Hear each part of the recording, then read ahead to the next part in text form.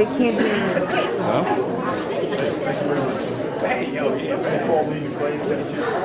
They can't hear you. He's from Canada. They can't hear you. Am I not clear? I can't hear you.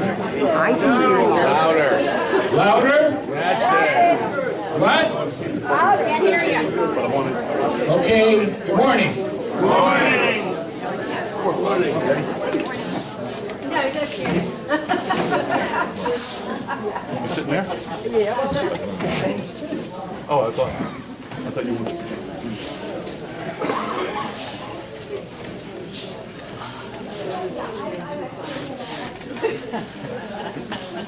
September the 11th, 2001 started out as a gorgeous day. You need to remember that. It was absolutely a perfect New York day. And I'm a New Yorker, and there's a time in September when it's not too hot and it's not too cold and it's not too humid, and the sun was shining brightly. The second thing I know or have forgotten is September the 11th was also primary day in New York. And so New Yorkers were not in their normal place when all of the events that happened. Many of them were waiting in line to vote in the New York primary that day. I was in New York because my daughter thought that she might want to go to seminary, and we were doing a tour of the General Theological Seminary, my seminary, which is on 9th Avenue and 20th Street, or approximately a mile from the World Trade Center. We were then leaving there to go to the Virginia Theological Seminary, which is right next to the Pentagon.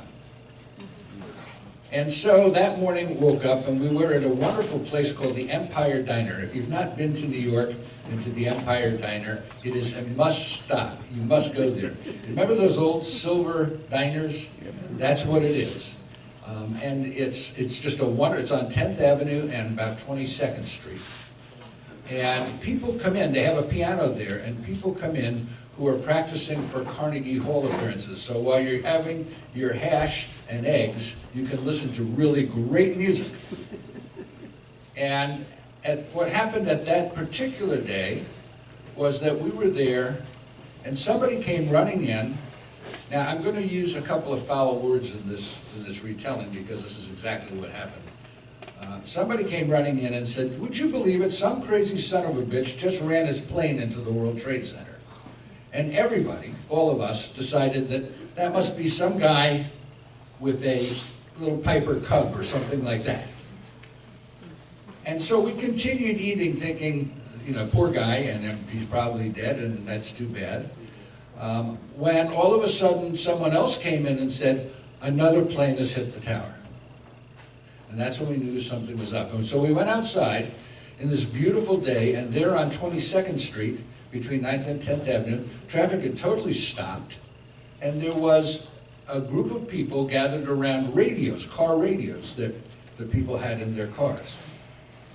And people were listening to the events that happened. We immediately went to the chapel at the seminary. And that was a time, that particular day was a time when the faculty of the seminary was on retreat. And so there were only a couple of clergy professors who were there. And we got together with the student body that was gathered, and as quickly as we could, began to do prayers for the dead, because we knew that at least some people had died. And after that, one of the seminary professors came to me and said, "We're going to break into the bookstore, take a bunch of clergy, tell them to get a collar on, and let's go help." And so while they were doing that, I wandered down to the Trade Center. It was before the buildings had fallen. And it was a very interesting experience to be there. All of those iconic pictures that you know of the building on fire and the flames shooting out from those various levels where they had hit. What you probably don't know was that at the same time, the ashes were starting to flow. Much worse after they fell, but beforehand, and so you could tell as I was going down towards the World Trade Center, you could tell the people, where they were by the number of ashes they had all over them.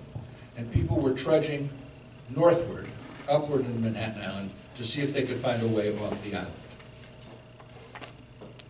Having seen the site and being told by a policeman that it would not be good to bring a bunch of seminarians down to that particular site, he said, why don't you go to St. Luke's Hospital?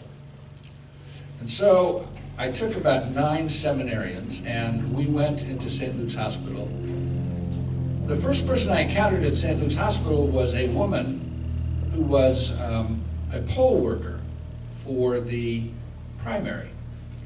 And by the time, by the time I got to St. Luke's, which is on 14th Street, the first building had fallen. And they were starting to bring in what we thought were going to be a lot of wounded and damaged people.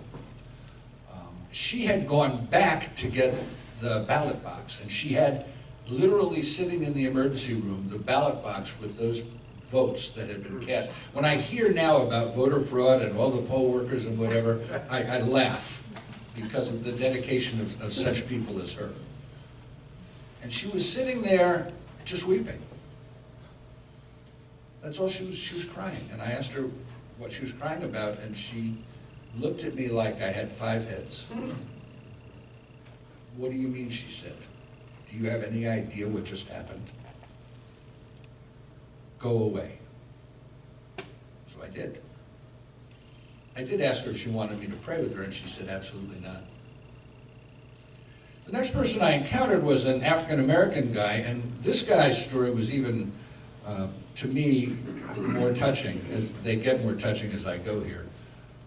He was a security guard in the first tower, which had the daycare center. And he said, I remember when the Oklahoma bombing happened, and all the kids in the daycare center were not evacuated, and many of them were wounded or dead. And so he got all the kids out of the daycare center. And as he went back in to see who else he could help, they said, the building's gonna fall.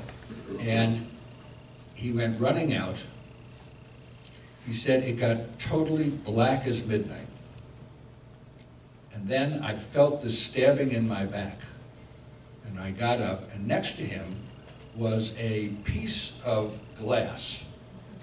Looked like maybe this high, sharpened to a point. And he said, they're here to sew up my back. And I said, would you like to pray? And he said, I don't know if I can or if I should. And I said, why? And he said, because I'm a Muslim. I said, smart ass me, same God. He said, then let us pray. And it was at that moment, the two of us sitting, that I earned and learned my absolute undying disgust for a man named Rudy Giuliani, who we supposedly call America's mayor. We were sitting there holding hands and praying when he was behind me, I didn't see him, saw that there were some press people, and he pushed us both to the ground to get to the press. And I said, excuse me. And he said, get out of my way. I'm done with Rudy Giuliani. Me. You don't have to be. So I prayed with the man, and he was crying. And he thanked me. And I moved on to another guy. His story was a little different, kind of amazing if you think about it. He was at work in the second tower on the 100-and-something floor. My memory serves right, 102nd floor. And when the plane hit the first building, they told everybody to go to the fire doors and go out the stairs on either side and go down to the lobby. And so he got down, and he got down to about the 72nd floor when a thing came over the PA in the second building and said, okay, it's just the first building, you guys can go back to work. So he opened the door at the exact moment that the second plane hit the 72nd floor. And he was alive because those things are designed. There was an explosion. Jet fuel hit his face, and so he was blinded. But the explosion caused the door to slam shut, and that saved his life. So there he is in the stairwell on the 72nd floor, and co-workers, knowing now that they needed to evacuate, started and got him all the way down. And he was in the lobby of the second building, having his eyes washed out because he still couldn't see. And they said, you better get out, it looks like the building's gonna fall. And they got out and told me the exact same story that the other two had told me about how black it got. It was midnight there. And he was lying on the ground. And he heard and he said, I was crying and I was thinking of my daughter who was at school in Brooklyn. And thinking I'd never see her again. And I heard a voice, and the voice said, hey buddy, you okay? And I said, yeah, where are you? He said, I'm to your left. He said, well, reach over. So he reached over, and the man pulled him by his arm and threw him over his own body into a well. You know how in New York they have these places where they have basement apartments and things like that? There's a well. He broke his ankle getting thrown into the well as the second building came down and killed whoever it was that threw him over. And he started crying. I said, do you want to pray? And he said, yes. So we held hands and we prayed together. And I asked him, I said, well, what are you going to tell your daughter? And he said, I'm going to tell her not to hate. That's what I'm going to tell her. And just then, a Roman Catholic priest came in and said, are you so-and-so? And he said, yes. And he said, your wife's here. And the story of his wife being here was that she was in New York that day and was on the 72nd Street or 73rd Street in Manhattan. Knew her husband was down there and ran from 72nd Street to St. Luke's Hospital on 14th Street. And then got to the lobby and found out that he was there, and she collapsed and had a heart attack. So he said, I've got to go, and so he hobbled off, and about 10 minutes later he came back and said, these are my wife's earrings, would you hold them for me? I need to go sit in the waiting room, and I'm afraid I'll lose them. So here I am sitting in the lobby, in this emergency room area, holding a pair of earrings that to me look like the most important set of earrings that have ever been in the history of the world. He came out about an hour later and said, she's had surgery, she's going to be fine. She had a blockage, they put a stent in, it's a fairly simple procedure, she's going to be fine. Can I have my earrings back? He said, sure. He said, I'm going to tell my daughter not to hate again. It was about that time that we realized that what our hope had been, that we could be useful with all of the people who were going to come, going to be a part of it, who needed help, they weren't coming. They weren't wounded. They were just dead. So I gathered up my seminarian troop, and we were on the east side of New York, and we decided to walk over to the west side. And on the way there, we're walking, and by that point, New York had settled down. I need to say one thing. When the end of the world comes, I pray I'm in New York. I mean, New York has a bad reputation, but I will tell you that in an emergency, you don't ever want to be any place else than in New York. The people of New York are incredible when it comes to stuff being tough, and they were present. People, when I left St. Luke's, were lined up for 3 miles to give blood to the people that weren't going to come. And the ones who had shops along the way were bringing food out to the ones waiting in line.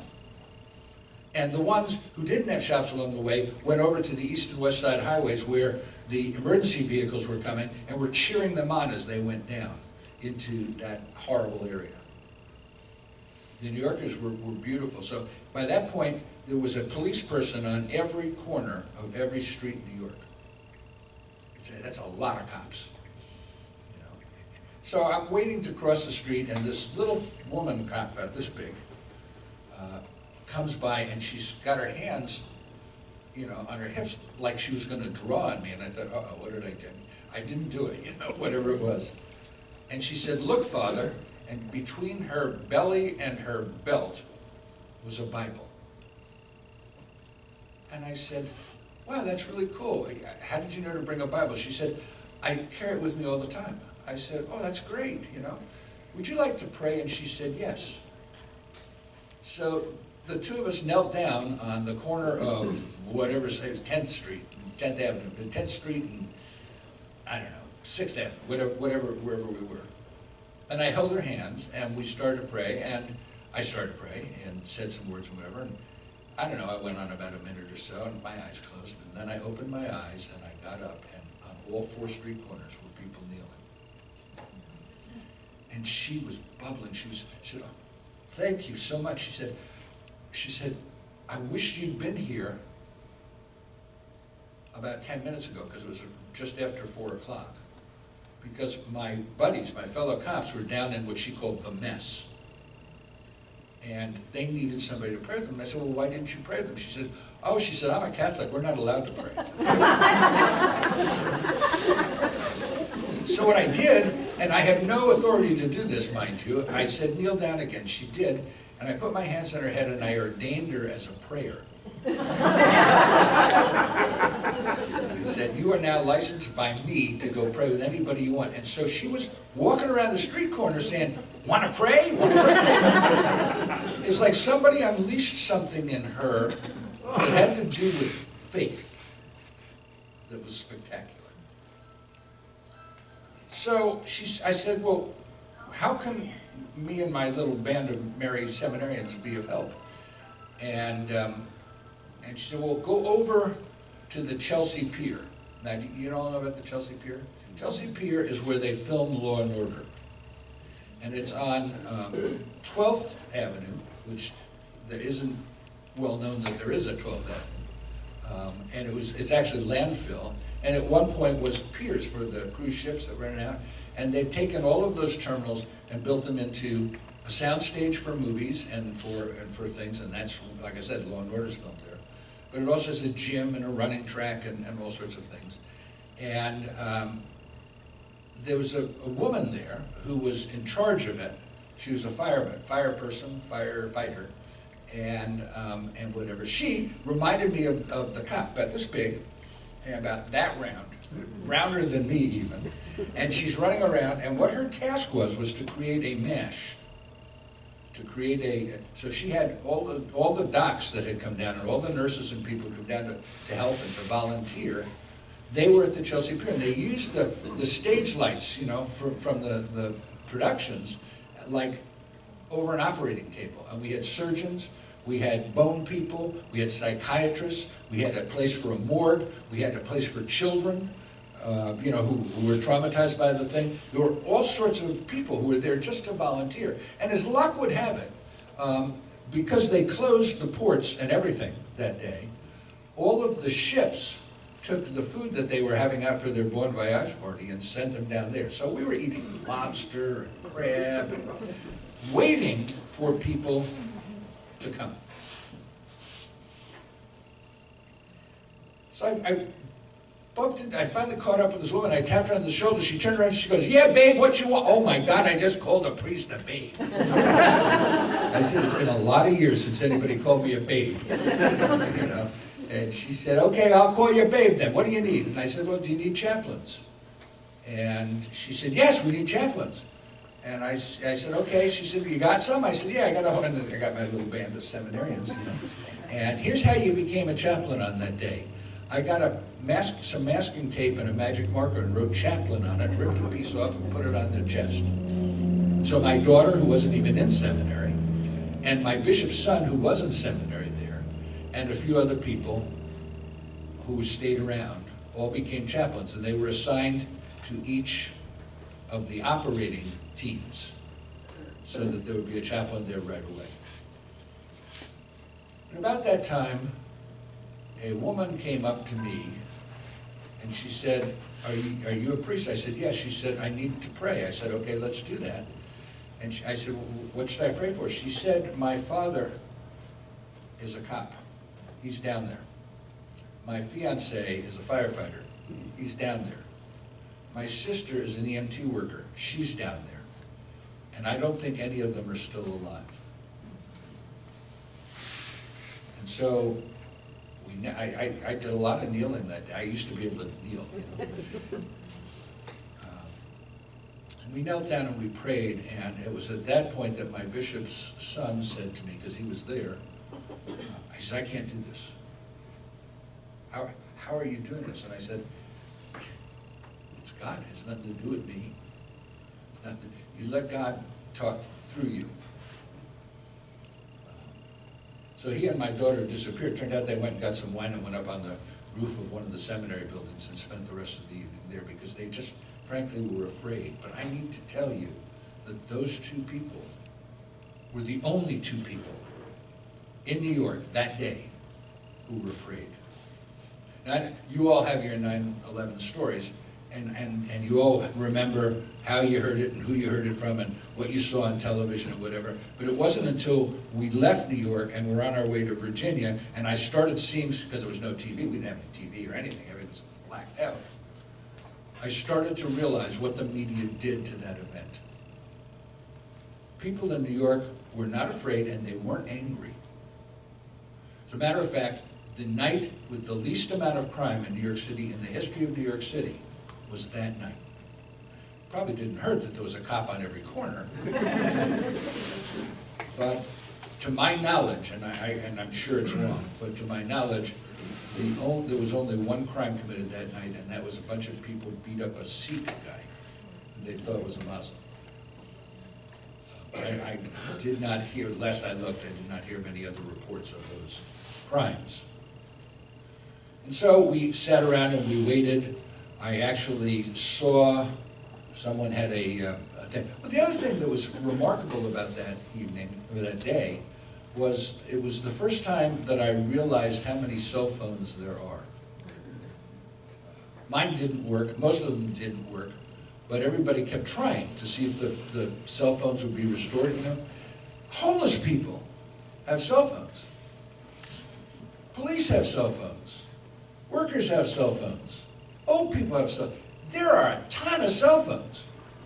And it was shocking because, remember, it was 2001. That was, what, 17 years ago. So everybody had cell phones. I had one too, but I thought I was lucky. I was normal. But I saw on somebody's cell phone, somebody had some reception, the men and women of our Congress singing God Bless America on the Capitol steps. I don't know if you remember that particular thing. And I remember being moved to tears, and I don't cry at patriotic songs. I don't do that. But something about that night and seeing those people who don't get along, and weren't getting along in 2001 either, weeping. I wept. So we came back and we waited around and I talked to various people and learned about lots of things. The other thing that was going on was that the West Side Highway, which is basically kind of 11th Avenue, if you want to think of it that way, was, as far as I could see, and I'm at 20th Street or so, as far as I could see north, was 6 lanes of EMT vehicles from all over the metropolitan New York area. And they had figured out a way to stage them so that not everybody went down at the same time, you know. And so some would go down and then they'd bring some people back. And we started to deal with the people that were injured, and they were all first responders. We did not, in that entire day, talk to anybody at the Chelsea Pier who was injured because or in the attack. We talked to the injured who were trying to help and find people that might still be alive in the attack. And look, and that's where for the first time in my life, I mean, I never hung around with first responders a lot. I didn't know about what they did or how they did it or why they did it and whatever. But I found a kinship with them in the fact that the one thing about a first responder is, and it just happened about the policeman who was killed in the synagogue a couple weeks ago, is that there are people who run towards bullets and danger, and there are people who run away from bullets and danger. And that's what unites them, is they have that mentality, that commitment. It's not work, it's who they are. Huge respect for those people and what they do. I actually one time had a problem in a restaurant, and they called an ambulance. It's the first time I've actually been ministered to by one of them. And for such courageous and strong and burly people, because they were all for some reason burly, they can be really gentle and really sweet. So it got to be later and later, and it was about 11 o'clock at night, and they had made an announcement that there weren't going to be anybody coming to this, and the doctors and the nurses and all of that could leave. And just as everybody was kind of packing up and getting ready to leave, I saw over in the corner what looked like a rugby scrum. And about that time, the firefighter woman in charge of the thing came over and said, "Yo, babe." I said, "What?" She said, "Go over and talk to that woman. She was in the mess."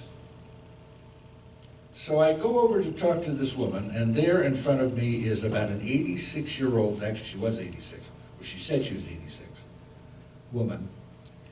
And people parted so I could talk to her, and I said, "So how you doing?" And she says, "Listen to this Einstein.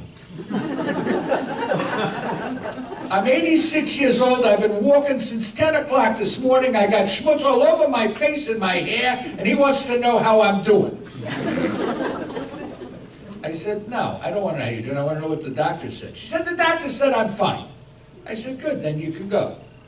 "Einstein, you probably haven't heard this, but a building fell. It fell on my building. I got no home." I said, "Well, no problem, we can get you a shelter." "Oh, no, I ain't going to no shelter. That's for poor people. Get me a hotel." I said, "There are no hotel rooms." She goes, "Einstein, this is New York. There's hotels." I said, "They're all full." I said, "Do you know anybody?" She says, "Yeah." I said, "Who do you know?" She says, "I know Sophie." "Does Sophie have a last name?" "Wisniewski," she says. "Well, where's Sophie?" "She's in the village." I said, "Great. Well, we'll get you, we'll see if we can get a hold of Sophie, and if she's willing to take you, we'll get you, and whatever." And she goes, "Stella!" And here comes a 56-year-old version of her. "This is my daughter, Stella. If I go someplace, she comes with me. That's the rule." I said, "Okay." So I sent a volunteer off to find out. We found Sophie. It was awesome. And so I said, "Okay, we found her. You can go and stay with Sophie. She's willing to take you." She goes, "Great, call me a cab." I looked, I said, "Obviously, Einstein, you haven't heard. The building fell. There are no cabs. But no problem. I can get you a ride in one of these EMT things, this ambulance." "I ain't going to no ambulance." I said, "Ambulance, that's what she, I ain't going to no ambulance." I said, "Why not?" She goes, "People die in there." "I'm 86 years old, I could die." I said, "No, you're not going to die." She said, "No, it's absolutely, you're so smart, figure out a way to get me to Sophie's." So Jesus came at that very moment. I said, "I got an idea." So I got the volunteer, I got a wheelchair, I got Stella, and I never knew this lady's name. That's the other thing. I never knew her name. And we walked across 12th Avenue, 11th Avenue, down to 10th Avenue, and then down to 9th Avenue. 9th Avenue goes south. And in 9th Avenue, I go, it's totally deserted. There's a police person on each corner. It's totally deserted. Except way in the distance, I hear what it was a guy in a car, and I could hear his speakers before I could even see the lights of his car. And it came closer and closer. And I said to the volunteer, "Stop that car." Now, I don't know if you've ever been in New York traffic, but to ask a volunteer to go in the middle of the street in New York and stop a car is an invitation to become a hood ornament, right? The car stops. Guy leans out. He said, "Jam man, what do you want?" I said, "I got a lady. She needs a ride to the village. Could you take her?" She said, "Sure, tell her to get in the car." "Oh, no," she says, "I ain't getting in that car. That man's a spick." I'm thinking, thank you, Jesus, but not so much. I'm not ready to meet you yet. You know? And he said the most profound sentence I have ever heard. He said, "That's right, lady. I'm a spick, and you're a Jew. But today we're New Yorkers. Get in my fucking car."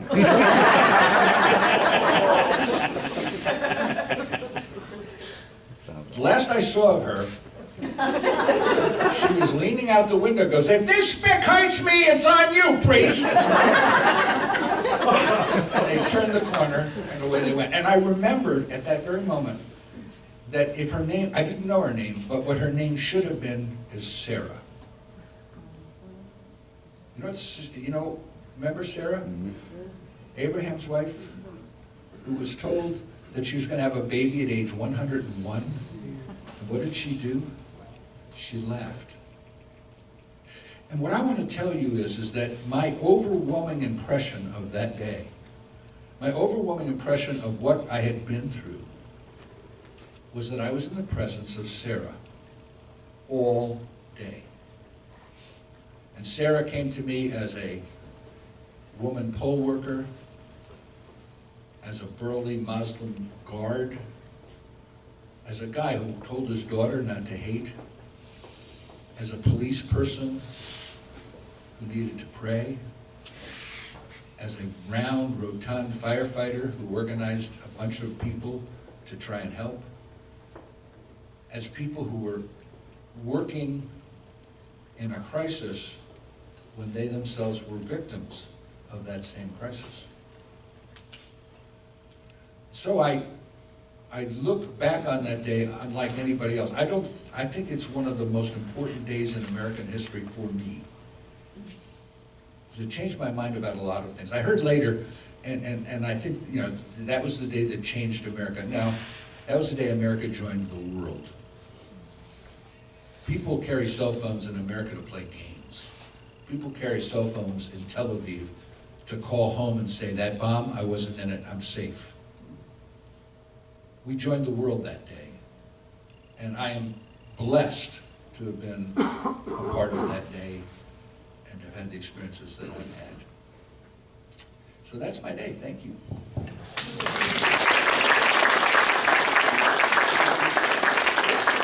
You said you were staying in a hotel by the Pentagon? No, after we got out of New York, we drove down to Alexandria, where the Virginia Theological Seminary is. I was staying at the seminary. Sometimes it's above or below the ground. But it's across a couple of highways, but it's right there. I mean, we did pass it, but I was not actually at the Pentagon. No, I mean, did you see it? Oh, yes, sure. Absolutely. You couldn't miss it. Any other questions? MJ, you ready? Yes.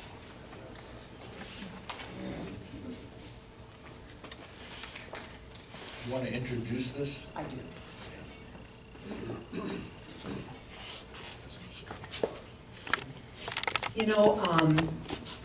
I am one of those people that is very moved by music, and there is a Michigan artist and singer whose name is Kitty Donahoe, and on September 11th, she wrote this song that I, in a very prayerful way, would like to sing for you. So it is always meant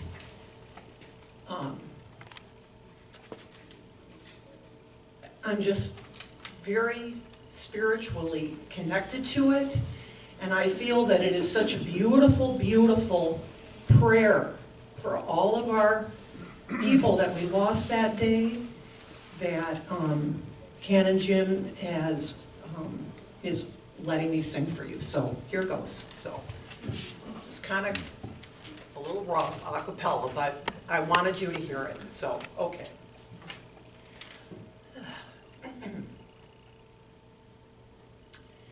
There are, excuse me, I'm a little nervous. Okay. There are no words, there is no song. Is there a balm that can heal these wounds that will last a lifetime long? And when the stars have burned to dust, hand in hand we still will stand, because we must. In one single hour, in one single day, we were changed forever, something taken away.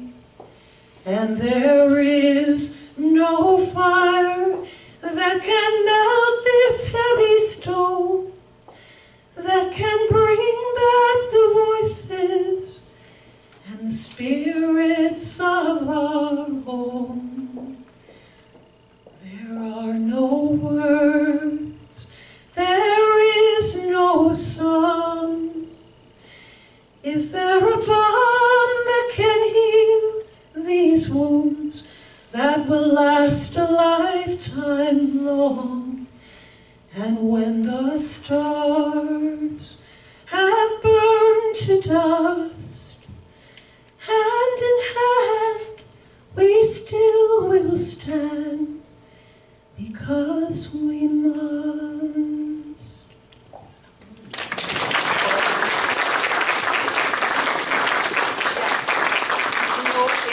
I should have asked you not to clap, because that really wasn't my intention for you to praise my singing or whatever. I feel that God has blessed me with a way to communicate through music, and I